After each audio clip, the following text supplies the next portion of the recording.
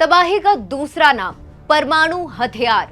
अमेरिकी खुफिया एजेंसी के डायरेक्टर के मुताबिक यूक्रेन में जीत हासिल करने के लिए रूस टैक्टिकल न्यूक्लियर वेपन का इस्तेमाल कर सकता है। तो चलिए जानते हैं कि टैक्टिकल न्यूक्लियर वेपन की पूरी कहानी। पहले समझते हैं कि आखिर क्यों रूस यूक्रेन पर टैक्टिकल परमाणु बम से हमला कर सकता है। इसकी पहली वजह है उम्मीद। जी हाँ, उम्मीद बड़ी चीज है और जब ये टूट जाए तो बेहद खतरनाक भी है। दरअसल रूस को यूक्रेन के खिलाफ युद्ध कुछ ही दिनों में जीत लेने की उम्मीद थी, लेकिन 55 दिनों के बाद भी वो ऐसा नहीं कर सका और जीत पाने की झल्लाहट में रूस यूक्रेन के खिलाफ टैक्टिकल परमाणु हथियारों को इस्तेमाल कर सकता है। इसकी दूसरी वजह है कि रूस की सुपर पावर वाली इमेज को धक्का लगा है। लेकिन पुतिन के लिए ये परमाणु हमला करना इतना आसान नहीं होगा, क्योंकि ऐसी स्थिति में नाटो देश भी चुप नहीं बैठेंगे। अमेरिका, फ्रांस और ब्रिटेन के पास भी बड़ी मात्रा में परमाणु हथियार हैं। इससे नाटो और रूस के बीच परमाणु युद्ध छिड़ सकता है, यानी इससे तीसरा वर्ल्ड वॉर शुरू हो सकता है और पुतिन परमाणु हमला करके वर्ल्ड वॉर हरगिज नहीं शुरू करना चाहेंगे।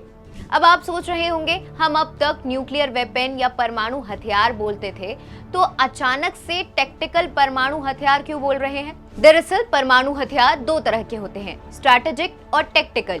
स्ट्रैटेजिक परमाणु हथियार भारी भरकम होते हैं और लंबी दूर तक तबाही मचा सकते हैं, जैसे मॉस्को से इन्हें वॉशिंगटन तक दागा जा सकता है।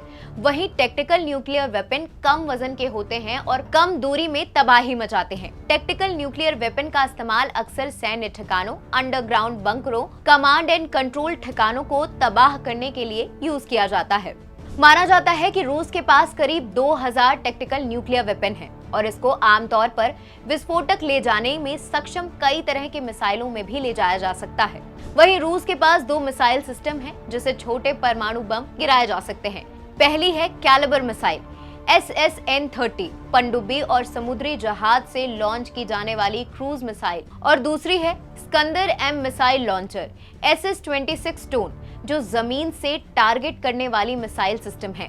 लेकिन चिंता की बात यह है कि टैक्टिकल न्यूक्लियर वेपन आकार में भले ही छोटे हों, लेकिन ताकतवर होते हैं। सबसे छोटा टैक्टिकल न्यूक्लियर वेपन 1 किलोटन और सबसे बड़ा 100 किलोटन की धमाके की क्षमता रखता है।